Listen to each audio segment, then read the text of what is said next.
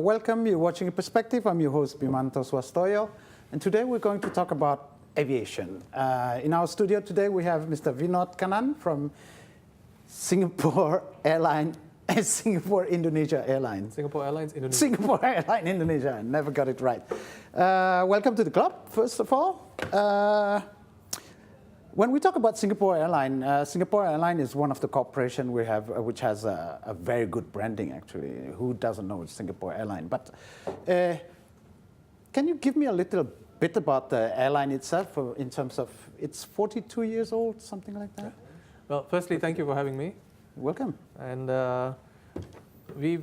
Singapore Airlines has been in business since 1947. So that's, 47. That's quite some time, yes. And Jakarta was, in fact, one of the first cities that we flew to. At that time, of course, it was Malaysian. Yes, that's right. As Singapore Airlines itself, we've been around for quite some time as well. Right. And our brand reputation and our branding presence, thankfully, we have been able to maintain it very strongly over the years. Thanks, of course, to the dedication of all our staff. Mm-hmm. Thanks, of course, to our customers who keep wanting to fly us. And thanks to the enormous support we get in different markets, including Indonesia. Mm-hmm. When we talk about figures, Singapore Airline now is like, you're talking about 100 airplanes or what? 104 aircraft. 104. Yes, that's at the moment. Right. The aircraft are relatively new. The average age is about 7 years and 1 month, so a very new fleet.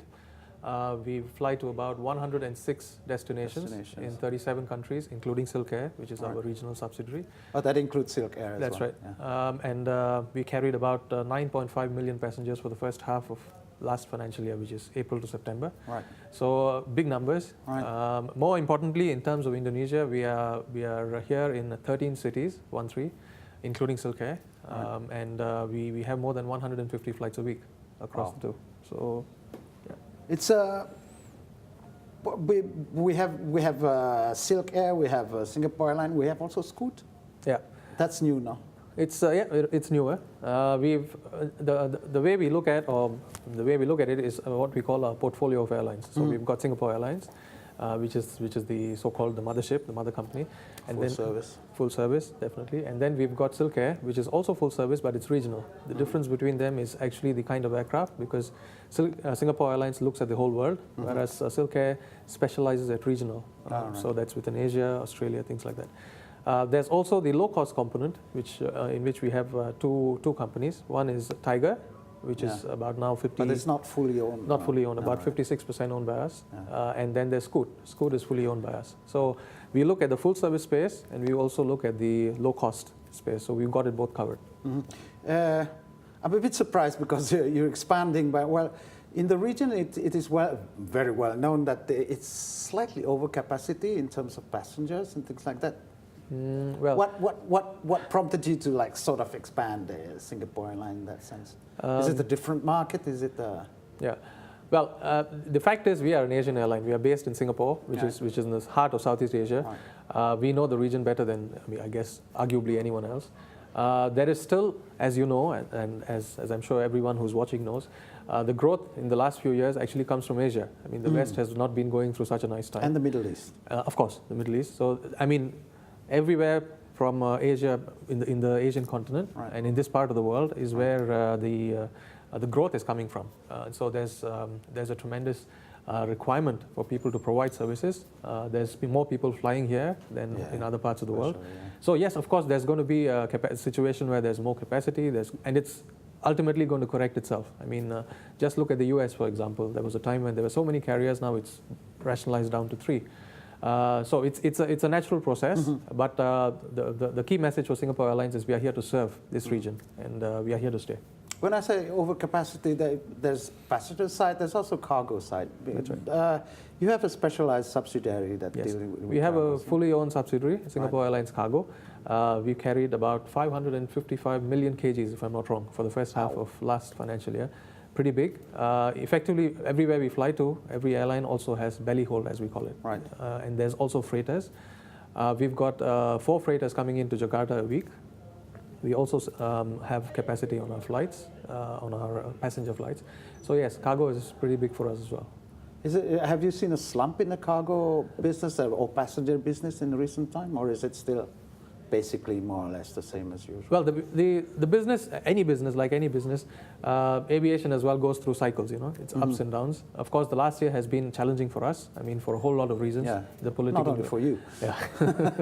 yes, but it's easier said than done. It's easier to convince my bosses with such an operating environment. But the fact of the matter is, President Jokowi has said we're looking at 5.8% growth for the Indonesian economy. So it looks like the fundamentals are strong. This is a country which has very strong resources and very strong base or foundation. So it can only get better. Last year, yes, was challenging, and as you say, for a number of businesses. Political, the rupiah, things have had an impact, but let's put that behind us. Yeah. Okay. Yeah. We're talking about, when you talk about airline, fuel is a component, is one of the major components, and we've seen a slump in world oil prices. Has it affected you, or is your airline mostly hedged fuel-wise? Yeah, we do have a hedging policy. Like any other airline, I think we've... Not any other. A lot of them has no hedging policy. Yes, okay. Well, let me speak for myself. We do have a hedging policy. I think we've publicly mentioned that we kind of hedge about 65% of our fuel requirements. The basis or the need for us is to make sure that there's some stability. Sure. We don't get caught out. Sure. So yes, we do have fuel that's been hedged in at a higher price than what it currently is, because the drop in fuel prices was much faster than we expected. We didn't expect it. But that said, in the end, the other point to highlight is that even when there was high fuel price, and when we had things like fuel surcharge and stuff like that, it was only covering a partial amount of the total fuel cost. Sure. You might know that for most airlines, and again I speak for us as Singapore Airlines, fuel is about 40% of our cost. So 40%. That's how big fuel is to us. Okay. Can we talk after this? We have to break for a while. Please stay with us. We will be back.